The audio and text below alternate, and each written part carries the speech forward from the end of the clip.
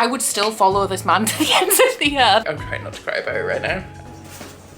I went a bit crazy in the ghost shop yesterday. I'm sick of being bitten by insects. I'm getting a nice tan though, right?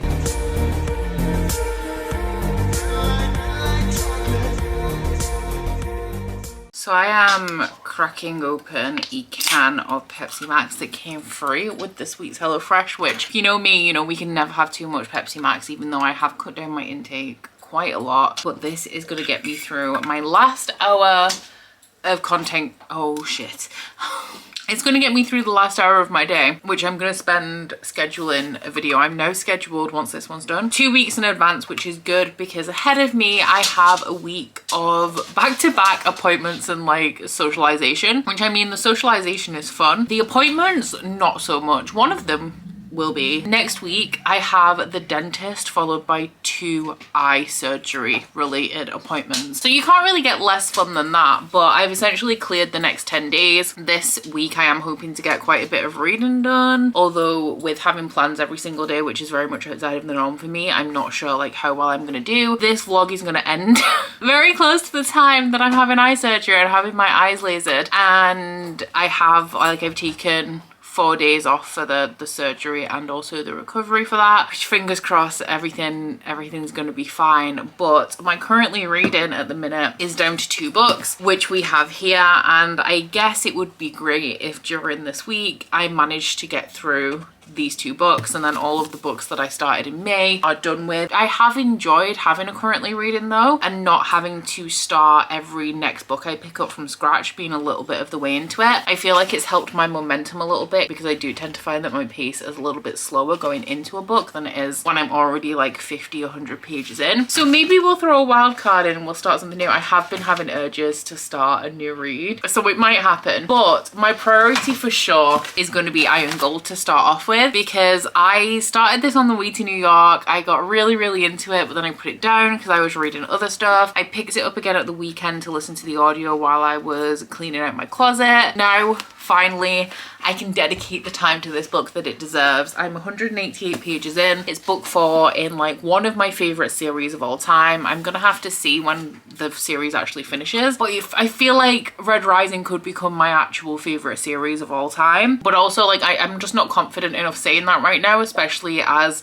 I'm just starting a new story arc, because who knows, it might not be as good as the first one. I'm enjoying it so far, but who knows if that's going to continue. So this one is very much a hybrid genre. It's a sci-fi, but like the goal of the plot is dystopian, and it reads a lot like a martial fantasy. We start the story following Darrow, who lives on Mars. He's a red in a color caste system where reds are right at the bottom and golds are at the top, and he and his people believe that they are mining for a valuable resource called helium-3 so that people can terraform the galaxy, which will allow people to escape the dying planet Earth and move out into the rest of the universe. But what Darrow doesn't know, until his wife makes herself a martyr to spur him into action, is that the planets have already been terraformed quite a long time ago, and Darrow's people are essentially being kept in slavery. So from that moment onwards, Darrow decides that he is determined to take down this color caste system, take down this hierarchy, and he infiltrates the golds with the idea of tearing them apart from the inside. So the trilogy, that's how the first trilogy starts.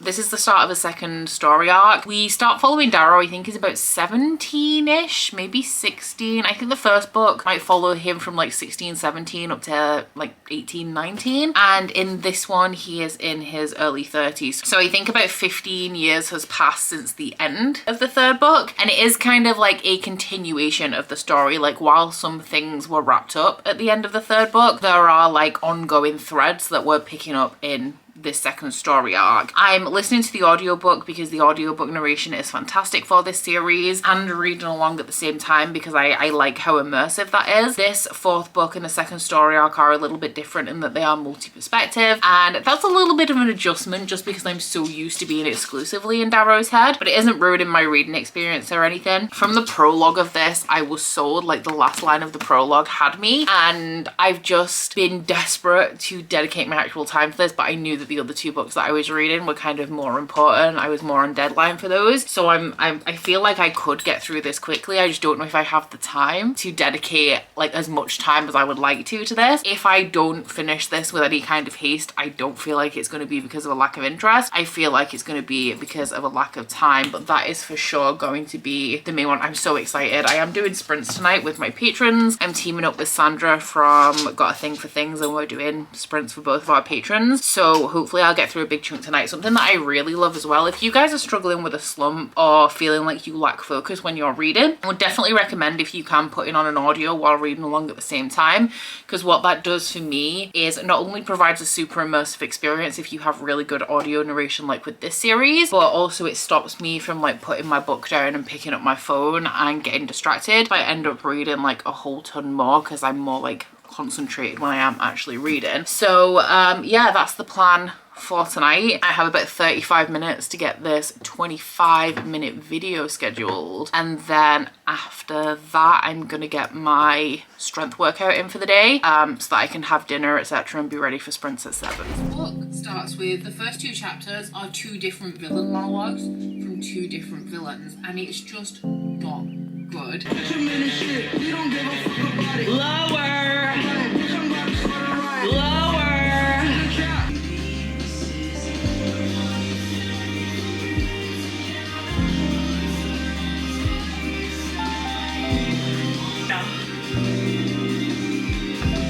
Don't hold your breath.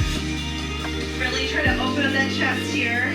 Because, like, you don't understand now. Wow, so you just did that just to do that? Like, yeah. That's even more fucked up. It's adding insult to it. Yeah, and the very many unusual aspects of their crime scene.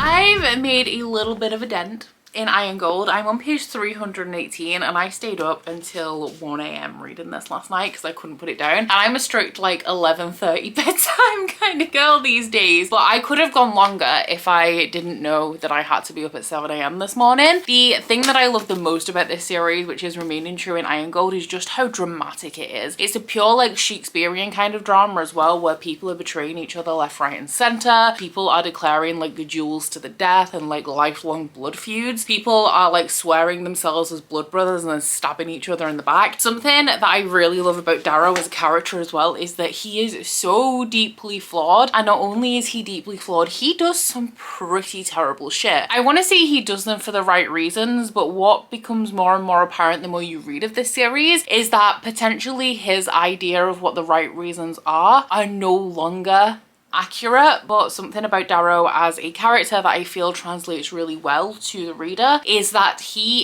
is very, I don't want to say inspiring because it's not like, oh my god, I want to be like him, but he inspires people to follow him. Like, he inspires great loyalty. He's very good at getting people to follow him, getting armies to like stand behind him. If he's going rogue or doing something a little bit outside of the ordinary, he's very good at getting people to follow him, and that translates to me really well as the reader, because even knowing what Darrow is doing, even seeing him do some of the really not great stuff that he does throughout the series, I would still follow this man to the ends of the earth. Like, I am firmly on team Darrow, even though there's characters here that are saying things that are quite reasonable, like maybe you shouldn't do that, and he very much thinks that he's right and goes with it anyway. I'm on Darrow's side. I will always be on Darrow's side, and I feel like that is aided by Severo. Severo and Darrow are ride or dies, and I love it. I love like a good solid bromance in any kind of media, really. I really like it in TV as well. I'm having such a good time with this, and I wish that I could take this with me today and read more of it, but I'm just not going to be able to plug into an audiobook unless I do it whilst ignoring Curtis, which, considering he's driving me almost 2 hours to Sheffield today, probably not the best idea. So it is, I need to find my Fitbit. I took it off to shower last night and I have no idea what I've done with it. It is 9:03, so I have 12 minutes to finish the vlog clip, find my Fitbit, pack my bag because I'm out all day, and get out of here. But I have a hair appointment at 9:30, which I asked my hairdresser and she said that I'm scheduled to be in with her until 1:45. I have to leave this area no later than 1:30 because I have a consultation with my eye surgeon at 3:45 in Sheffield, which is an hour and 20 to 2 hours away depending on the traffic. It's also in Meadowhall as well, and I mean, if you've been to Meadowhall, it could be anywhere in there. I don't know where it is. I'm going to take a bag with me that has everything that I kind of need in case I don't have chance to come back between my hair and my eye appointment. My hair appointment's only like 10 minutes away, less walk in, but it's just in case Curtis has to pick me up and we have to like get on the road straight away. But because of that, I am going to be taking a book with me. I'm not sure how much I'm going to read, but I'm not taking this because I'm not really going to be listening to audio, and what I need is a crusty dusty paperback.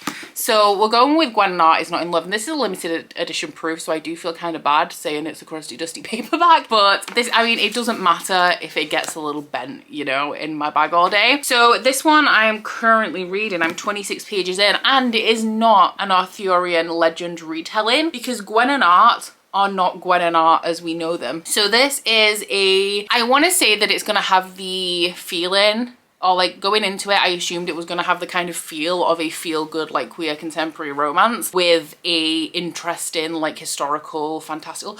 Is Arthurian legend, because it's legend, like is it historical or is it fantastical? I feel like that is something that is very much open to debate, but it's set on the backdrop of Camelot. But Gwen and Art are not Guinevere and King Arthur, they are Gwendolyn and Arthur, and I think Arthur is vaguely related to King Arthur, and Gwendolyn was named after Guinevere, but they're quite a few years removed. Like Arthur in this has never met King Arthur, it's just been told that like he is related to Arthur, so I feel like we're a couple of generations removed from them. And Gwen and Art are betrothed. The problem is, however, that they hate each other. So after Gwen finds Art kissing a boy and Art finds Gwen writing love letters about a female knight, they decide to go along with their betrothal but pursue their own relationships outside of it. And I don't know, because it's called Gwen and Art Are Not in Love, is this like they both die at the end? Like are Gwen and Art actually not in love, or will they be in love by the end of it? I guess I'm gonna have to read it and find out. But yeah, I'm only 26 pages into this, so I'm not even like really into it yet. I don't anticipate having a great deal of time to read today because I just don't really tend, I'm in the salon for like 3 hours every time and I never read anything. I'll read like maybe 5 pages, and I don't know how long I'll be waiting around at the appointment I have at Optical Express. But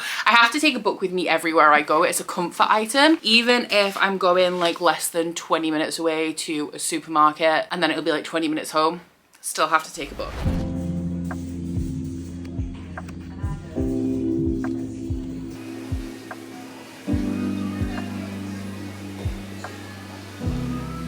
Good morning. I am not having a great day. So yesterday I had my LASIK clinician discussion. I have surgery booked in for next Wednesday, which is, it's LASIK, it's corrective eye surgery. And I had the clinician discussion yesterday, which is essentially where you have to, I had a couple more tests done, I had the eye design laser ran on me, and the point of that whole appointment in general is to make sure that I'm aware of the risks of laser eye surgery, so that they, like, if anything happens, anything bad happens, I can't say like, you didn't tell me about this, I wasn't aware of this. Like, it has been communicated to me verbally that there are risks associated with laser eye surgery, and I can't say that I haven't been told about them now. Obviously they have a legal obligation to do that, and I know that, and it doesn't make the risks any greater than they were before I went to that appointment. But I have medical anxiety, so since that appointment I spent like 2-3 hours just googling bad things about laser eye surgery. I haven't been able to stop thinking about it. I woke up this morning, it was like I was last year with my anxiety, where like I couldn't be awake for a second without being anxious. So like, I'm trying not to cry about it right now. So I might cancel my surgery, which I feel like my life won't get any worse if I do. a minute, Brie needs to go out. And like, you guys might not even be aware that I even wear glasses because I don't wear them. I don't even wear contact lenses when I'm filming. Like, my glasses are here, I pretty much take them off every time I turn my camera on, and I can't really see, even at this distance, whether my camera is in focus. It's not, I don't have like the worst prescription, and I could for sure wear contact lenses every day. I don't have any issue with contact lenses in terms of like being allergic to them or anything. It just feels like a matter of convenience for me. So like, would my life get any worse if I didn't have laser eye surgery done? No. But would it get better if I did? Potentially. So yeah, I'm in a very mixed place right now, but anxiety is like really taking over. Like I said, I was aware of all of these risks. There's like a 3% chance, like 3% of people regret having laser eye surgery. Everybody that I've personally spoke to, and I did do a call out on Instagram, so like I think around 15 people responded. 2 of those people said that they suffered with dry eyes a little bit afterwards, but not a single one of those people regretted it. So I don't know, because my worst thing, like I said, my life won't get any worse if I cancel it, but I don't want to regret it because it's very much like I'm not an impulsive person, but when it comes to things like this that I'm scared of, there has to be a level of impulsiveness to it, and booking that first consultation for me was impulsive. So now that I've put myself on this path and it's taken all of that decision out of my hands of like whether I'm going to look into it, if I come off this path, I don't know if I'm going to get back on it. Like Curtis said to me, like, why don't you look at other places, see if anybody makes you feel better about it than Optical Express do, because it is a high street chain. Like, there's eye hospital options, but I just know that the more inconvenient it is, the harder it is for me to overcome my anxiety to even get to the point where I look into it. And then there's also the risk of like, I could go look somewhere else, somewhere farther away. Like, there's a really good eye hospital in London that does it, and I could go through all of this procedure with them to once again not feel like I can do it. So I don't know what I'm doing right now, but I can cancel up to, I think, the day before my surgery, and still like only have to pay the deposit that I've paid. But if I do cancel within 2 days of having the appointment that I had yesterday, I get half of my deposit back, I think. So, but I also have Becca and Nathaniel coming this weekend. They're going to be here this afternoon. I have 2 cakes to bake, which I'm hoping is going to take my mind off it. So I was going to make a cake anyway, but when I got my hair done yesterday, my hairdresser got some really bad news on Wednesday, so I'm baking her a cake and taking it to her, and then I got some last minute cleaning to do. I just need to get my shit together. This is what I was like last year that I didn't show you guys because it was constant. Like, every morning was like this. But yeah, I just thought, because I feel like I did so much vlogging on Wednesday, and yesterday I just kind of like dropped off the face of the earth. But yeah, I'm going through it. But please don't leave horror stories in my comments, because even if I decide not to have the surgery, that's not helpful to me. And potentially, like, those comments could be reaching me at a place where I've just had the surgery and I'm in recovery, and it could send me into a panic. So don't do anything too extreme in the comments. But I'm gonna go bake a cake, drink my coffee, and see if I can get my shit together. Of course. She was like, Pam did this willingly, intentionally.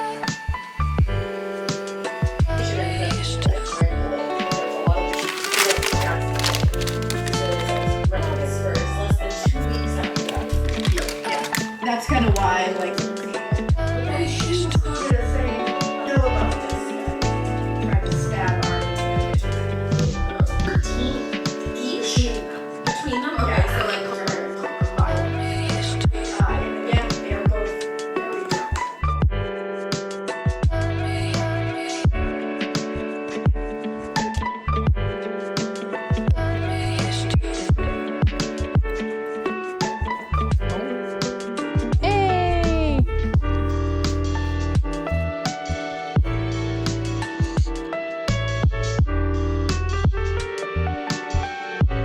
I was like, oh shit, what do I want? And then I didn't think to ask for caramel in my iced latte. I mean, I asked for the oatmeal, which is the important bit. So.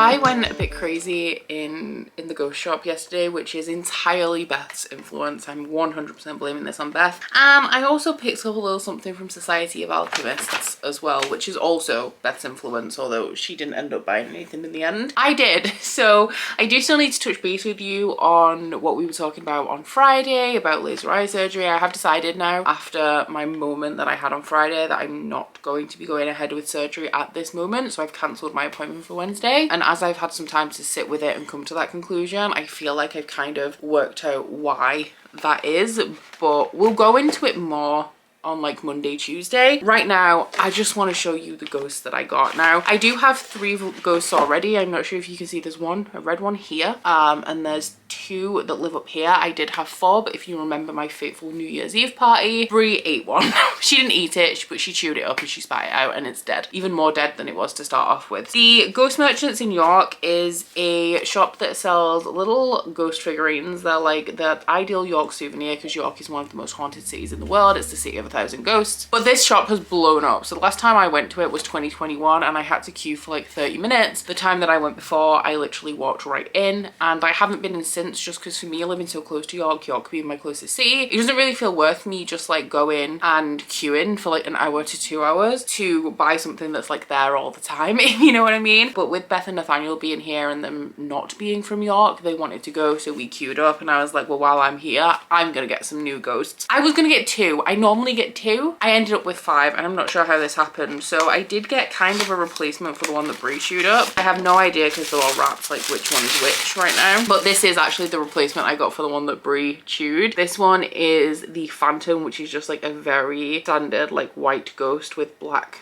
streaks down his face. I had the mini one of this, and I have picked up a couple of mini ones yesterday as well, so I'll show you the size difference, but I replaced it with a big one instead. I did get 2 more big ones. They were real cute as well, and we all know I can't make a decision to save my life, so how could I make a decision in that moment after I'd queued for like an hour and 15 minutes? It wasn't gonna happen. So I also picked up this one, which is very outside of the aesthetic of the rest of the ones that I picked up, but I just thought it was so cute with the pastel colors. And it's also, I didn't realize this, but it's the prototype ghost, which means that this was the prototype for one of their online or like monthly releases. So it's more rare than those monthly releases, because this is like, there's only a handful of prototypes that were made. I also got, I think, is this a grey one? Because I'm always kind of drawn to the moody like monochromatic ones, and I always tend to go for something a little bit more colourful and adventurous. But I saw this little guy who's just very grey, a little bit ombre, and I wanted him. He's probably going in the living room actually, because he matches like everything in there is grey. And then I got 2 little ones, which with the little boxes on the little ones, you can see them peeking through the holes. And I will admit, they do look very, very similar. The one that I first picked up for myself was this blue one, because as you know, that color blue is one of my favorite colors. I mean, it's the same, it matches the chimney breast, which is one of the reasons why I really wanted this one. But then Beth found this one that was a beautiful like forest green, so very similar to the one that I just showed you. And I know they look very, very similar, they pretty much are, but it's a gorgeous forest green, another one of my favorite colors, and Beth got one of those as well, so we got one of those each. So that is, can I get them all in my hand to show you guys? There we go. That's my new little ghost collection, and I'm going to spread them throughout the library, but I'm going to definitely 100% keep the little ones outside of Brie's reach, because that's the one that she crunched up on New Year's Eve. So they were the main purchases, but then we did nip into Society of Alchemists, which is also on shambles. It's a pretty new shop, I have been in before, but they sell like all scented things, so like moisturizers, reed diffusers, candles, perfumes, and like some decorative items, which they have like a golden bone that says Memento Mori on it I really want. But this time I picked up something that I'm actually not familiar with, and I typically don't like very much, but we'll see how this goes. I got some incense. I think it was £9.95 for the incense and the ash catcher, which has the Society of Alchemists symbol on it. The reason that I just don't like, you know how incense has a smell no matter what scent of incense you get. It always has that incense smell. I don't like that. I find it quite cloying. So incense has never really been for me, but this doesn't really have that incense smell. The scent that I got is Lunar Coconut, and it is just kind of like a perfumey coconut scent that smells really good. So we're gonna give it a try. I think I'm gonna put this in my bedroom, which is like this pet free zone, because I know with incense being quite smoky, it's not the best to burn around pets. So when our bedroom is finished, this will probably live up there, and we'll see how I feel about incense. This is very much a trial run, because I might find that when I do end up burning it, 'cause it like clings to fabrics and stuff as well, so especially like in the bedroom, I may end up discovering that it is a little bit too much for me. But I thought I'd give it a try, because I do really like the Society of Alchemists shop, but I haven't picked up anything from them yet. Yesterday we got up at 6:30 to get to the Go shop early because of how long you have to queue, and I went to sleep at 11 o'clock. I like slept for almost 10 hours. Like I had a really good sleep to compensate for the fact that we got up at 6:30 yesterday. But today we are going to a little nature reserve. It is quite a small one. It's like 25 minutes away. We're taking Brie for a walk. It has like a woodlandy area. We've been before and I've vlogged it before because it isn't too far from us. It's actually one of the, I think it's the second place that I ever went with Curtis when we met way back in 2015. So we're gonna go there, take Brie and have like a little bit of a nature walk, and then head down onto the beach afterwards. And hopefully, I feel like it's going to be busy, but if it is, we can go down to a like further away, quieter patch of beach and see if anybody's down there and maybe let her off for a run. She did really well yesterday, considering, you know, she has travel sickness. She was really good yesterday, considering she'd never been to a city as busy as York before, especially considering it was Saturday. She did very well. She was very well behaved, and I was worried that she would get overwhelmed and stuff, but she did really well. So yeah, another outing for Brie today, and I will of course take you guys along with me. 3, 2, 1. Arguing again, arguing about something so simple. Make it clear, tell me why you're running back to him. Feeling insecure, feeling like there's more to your character. Every tear that you cry is worth it in the end. But baby, tell me, how have you not figured it out? Ooh, Sit. dry your eyes. Sit. The world Sit can down. always give you reasons to cry. Understand, you're stronger than you know. There's Your ice power cream in your bones, the flowers that you've grown will water by your tears. You say you're growing old, one day you're gonna fold. Amazing how you go unbothered through the years. But if you just let go and fall into the garden that you grew, you would finally know that you don't have to be somebody new.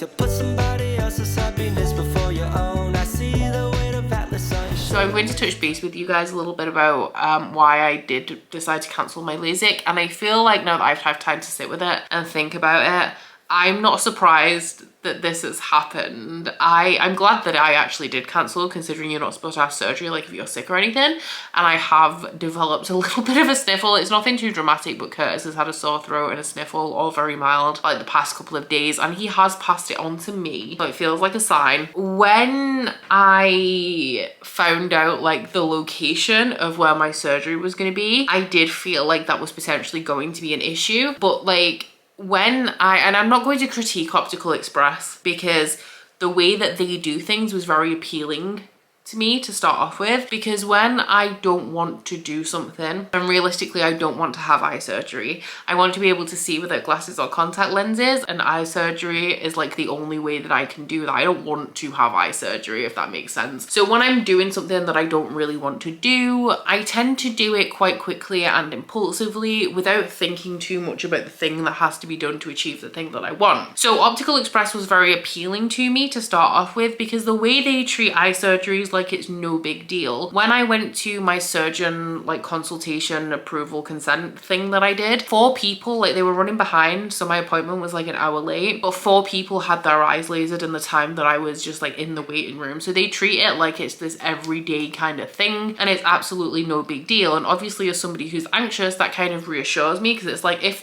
there's 4 people who've had their eyes lasered here, this is no big deal, it's nothing to be anxious about. So that was kind of why I proceeded with Optical Express to start off with. But the first consultation that I had, like when I went to my very first appointment, was very quiet, very clean. I received a lot of attention from the staff. The ophthalmologist was very much like, your eyes are hydrated, your cornea is thick, you're a good candidate, this is how it works, etc, etc. And I felt very reassured, I felt very happy to proceed. They were very much like, pretty much nothing's gonna go wrong really. It's a very run-of-the-mill everyday kind of situation. And when they told me that my surgery was gonna be in Sheffield or Leeds, I was like, okay, not ideal, definitely not my favorite place in the world. Nothing necessarily wrong with Sheffield and Leeds, they're just never like my go-to cities. I mainly just go there for gigs. So going to Sheffield and all these wasn't going to be ideal, but it was just going to be for surgery. I just turn up on the day, I get it done, that was fine. And I feel like being called in for this second appointment is what ruined this entire experience to me, because I went to Meadow Hall, it was a million degrees, there was like 10 people in the waiting room, they were running over an hour behind, and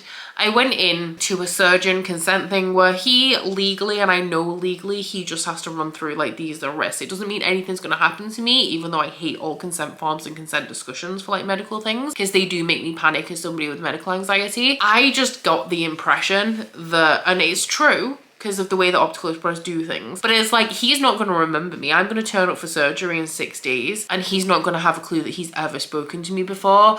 They run through kind of like the spiel of like all of the risks so quickly, and it's not him. Like, I didn't have an issue with him. I just feel like I kind of in that moment realized how impersonal it was, and I just felt like they didn't care about me as a person, as somebody with medical anxiety. Like, I realized in that moment, I need to be kind of not comforted and reassured, because legally they're not allowed to say like, oh, everything's gonna be all right. But like, I wanted essentially somebody to be there with my charts in front of them and say, I can see your eyes are very hydrated, like the first guy did, your cornea is very thick, we've done this extra test today and this means this. So I think, like, for all intents and purposes, nothing should go wrong with your surgery. And I said to him, I was like, well, what makes you think that I'm the ideal candidate for this surgery? And he was like, there is no ideal candidate, all I can say is you're suitable. And I just felt like he had literally no idea who I was. He hadn't looked at my details, he'd just come in and like read all the risks to me, and that was that. And something else with Optical Express that I noticed, I spoke to 4 people throughout my entire process with them.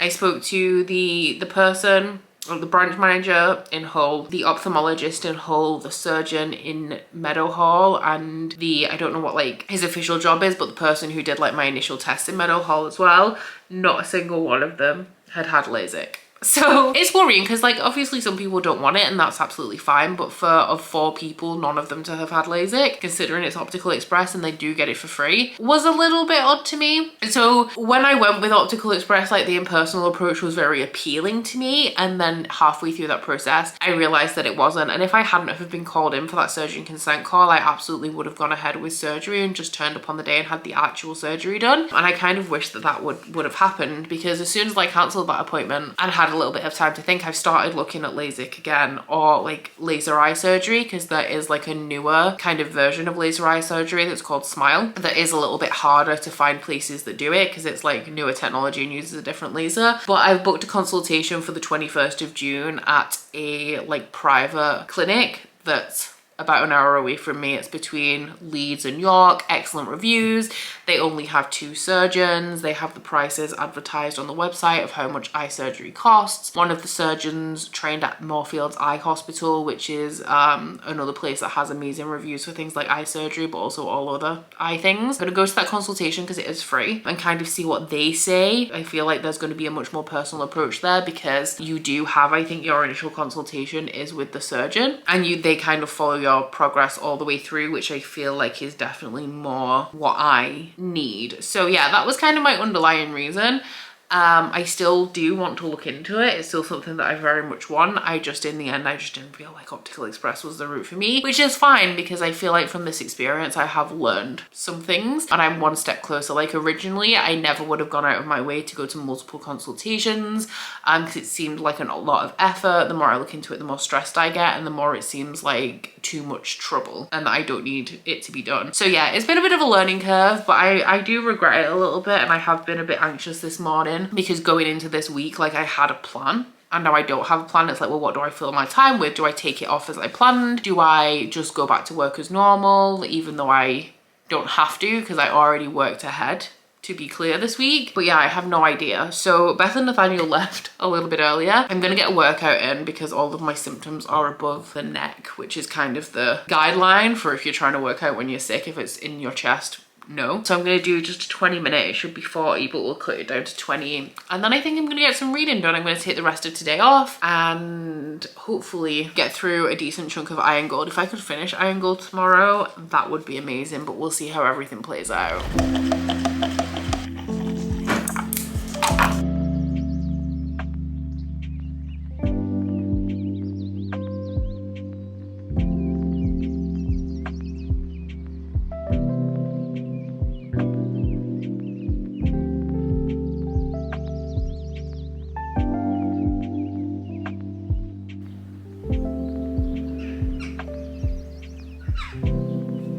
I'm gonna try and keep this brief because I don't know what's brought this cold on, but I can confirm that it is like all in my head. Like I have contact lenses in right now that I put in this morning because I think I mentioned with my decision not to potentially pursue laser surgery, I was gonna wear my contact lenses more instead, but I need to take them out because even before I put them in, I've had like increased light sensitivity, sore eyes, I've got sore cheekbones across here, like my sinuses are punishing me for something. My throat is sore. I had to take 2 Nurofen to get to sleep last night because I was so tired. I said I'd play Fortnite and I did, but I was not having a good time because I was so tired. And then when I got in bed, thankful that I could finally sleep, as soon as I put my head on the pillow, I was just in pain. It's a good job. It's a real good job that I did cancel that surgery appointment because I could not have gone with all of this pain just like generally in my head. I really don't think that would have been good for me, but I will be skipping my workout tonight because I'm in no shape to exercise, and I'm going to hopefully spend that time reading instead, but I am once again starting to feel quite tired. I thought when I got up this morning that I was feeling a bit better, but now I'm thinking maybe not. In an ideal world, I would finish Iron Gold tonight. I'm actually not that far off. I'm on page 452 of I think about 580. It's 596, so I only have like 140 pages to go. I'm having such a good time with this. I don't think I'm enjoying it as much, for sure not enjoying it as much as Golden Sun, just because that's my favorite book, one of my favorite books ever, but I think I'm currently still enjoying it like a little bit more than Morning Star, because while these are still the characters and like the setting and everything that I love, which is why I'm really enjoying it, we're setting up kind of like a second story arc, and so it's not as intense at this point than it is in like Golden Sun and Morning Star, and I do feel like we're getting to that place. Like this is kind of establishing all of the key players in what's going to be like a major conflict that takes us through the second part of this series, but right now we're kind of just like moving through them, getting to know them, and there is drama. It is intense, but I'm not screaming yet. I feel like I might be by the end of this, and we have had some not shocking twists necessarily, but for sure shocking developments, and I'm a little bit scared. I don't know whether I'm in the right space. I don't know whether I can cope with the end of this book tonight, but I have I think about 2 hours and 47 minutes left of the audio. It's 6:49 now. I'm gonna go take my contact lenses out, shower, and put my pajamas on. I'm sick of being bitten by insects. I'm getting a nice tan though, right? It's almost 7 p.m, so I do have plenty of time, but it depends on whether I do decide to nap or go to bed early. And actually like 3 hours of an audio is like quite a long time for me as somebody who's not super tolerant to audiobooks. The audio of this is still really, really good. I think I've discovered what it is exactly that I don't really love about Lyria, and it's she really gets into the audio performance. Like, everything is just so raw with her narrative. And then on the flip side of that, one of the other narratives that we have of a gold character, once again, don't want to tell you who that is very robotic and not emotive. So I feel like I'm missing key parts of his narrative because the narrator isn't performing it as much as I feel like he should based on the events of the actual book. And also he isn't performing the other characters like the other narrators are. So the one for Ephraim, Darrow and Lyria are performing dialogue from other characters, and the other one, the one who shall not be named, it's just all kind of flat and it feels like there's no inflection on any sentence. It's weird. The character kind of makes sense for him, but also like he's not a robot, like he's an actual person. He's just, shall we say, like a bit aloof, which is why it would make sense, but not to the degree that it's actually happening. So yeah, he's throwing me a little bit because actually I feel in terms of the events of the book, his perspective is the one that I'm currently the most interested in. Maybe Ephraim, definitely my least favorite, and then the other one that I'm most interested in would be Darrow, I would say. Good afternoon. It is another glorious day in the UK, although my weather app says that it's 19, or it was 19 degrees when I was out there between like 10 and midday reading this morning. I swear it feels more like 25, but I'm not complaining because I love me some sun. But while I was out there this morning, I did finish Iron Gold, and I did of course give it 5 stars. The ending was just as dramatic as the rest of this. I'm interested about the character of, the character of Ephraim and like getting his perspective was interesting because I feel like a lot of what happened in this book regarding him was kind of just to set him up as a perspective that we're going to follow. And I mean, I could be wrong about that based on the events at the end of this, but I feel like his character kind of, it didn't even come full circle. It's just like he like doubled back on himself at some point, and I feel like that was a little bit quicker than I expected it to be in that regard. The evolution of Darrow is something that I really loved about this series because I am like the biggest Darrow apologist, and I love the grey morality of this series that like runs through the majority of the characters in here, but especially when we come to Darrow, who is like the head of a revolution that's trying to fix a corrupt government. And I feel like a very prominent recurring theme throughout this series is how power can corrupt and how power does corrupt, and how things kind of stay the same but with a different face. I also feel like it's interesting the role that Darrow plays in the society and the way that he is viewed and how that can change over time. In terms of this as a book, it's not my favorite in the series. I think I would say I liked it a little bit more than Red Rising, because Red Rising is the only book in this series so far I've given 4 stars to, mainly because I really just didn't know where it was going until I'd say about 60% through is when I actually got into it. Golden Sun and Morning Star I absolutely adored, and this, as I mentioned, is a setup of a new story arc, so I'm just not as into it as I am or I was in Golden Sun and Morning Star. But I definitely feel like there's promising things to come. I know that a lot of people don't love Dark Age, so I'm interested to find out why when I do get to that book. And Lightbringer is going to be out at the end of July, so I am hoping to get that on my July TBR. That being said, I am away for about 10 days in the middle of July, so whether putting Dark Age, which is a chunky book, it's thicker than this one, on my TBR is a good show is we'll see. This was though as angsty and dramatic as I expected it to be, and I just remember because obviously I started this on the way to New York in the middle of May, but like the feeling that I got when I was reading the prologue of this, I've just missed it. I've missed being back in this universe, so I'm really glad to be back. So I really just don't think it's going to be long until I dive into Dark Age. I mean, especially with Lightbringer coming out, because that's a release that I do not want to miss. Gwen and I Are Not in Love is, it's over here on my desk somewhere, but I'm only like 75 pages into that. I haven't really been dipping in and out of it as much as I expected to throughout the week, and the majority of it I did read when I was getting my hair done like at the end of last week, but I am enjoying that. I'm just not in it yet because I haven't dedicated like a lot of time to it. I've very much been reading it sporadically, essentially at times where I want to read but I can't devote my attention to this. So hopefully in the next vlog I will finish that. But as you guys know, I was supposed to be getting my eyes lasered today and I'm not doing that now. So I cancelled, like I changed my schedule in general and also my content to accommodate my eye surgery that I'm now not getting. So I'm changing some of it back. So next week's vlog is not the vlog that I intended originally to post. I think I should just stick to weekly vlogging really, but I am who I am and I'm not going to do that. And I have the rest of today and also tomorrow I'm going to be doing Patreon sprints. So I have a lot of reading time ahead of me and I'm feeling ambitious. So take from that what you will. As I haven't said this in a while, but remember back at the beginning of the year where I'm not telling you I'm gonna do something in case I can't commit to it. That's what we're doing right now. But I do hope you've enjoyed this vlog. If you've made it this far, it has been an emotional roller coaster, but if you did, don't forget to like if you liked it and subscribe if you wanna, and I'll see you guys next week. Bye. Oh, you bite your friend like chocolate. You say you'll go where nobody knows, with guns hidden under our petticoats. We're never gonna quit it, no, we're never gonna quit it, no.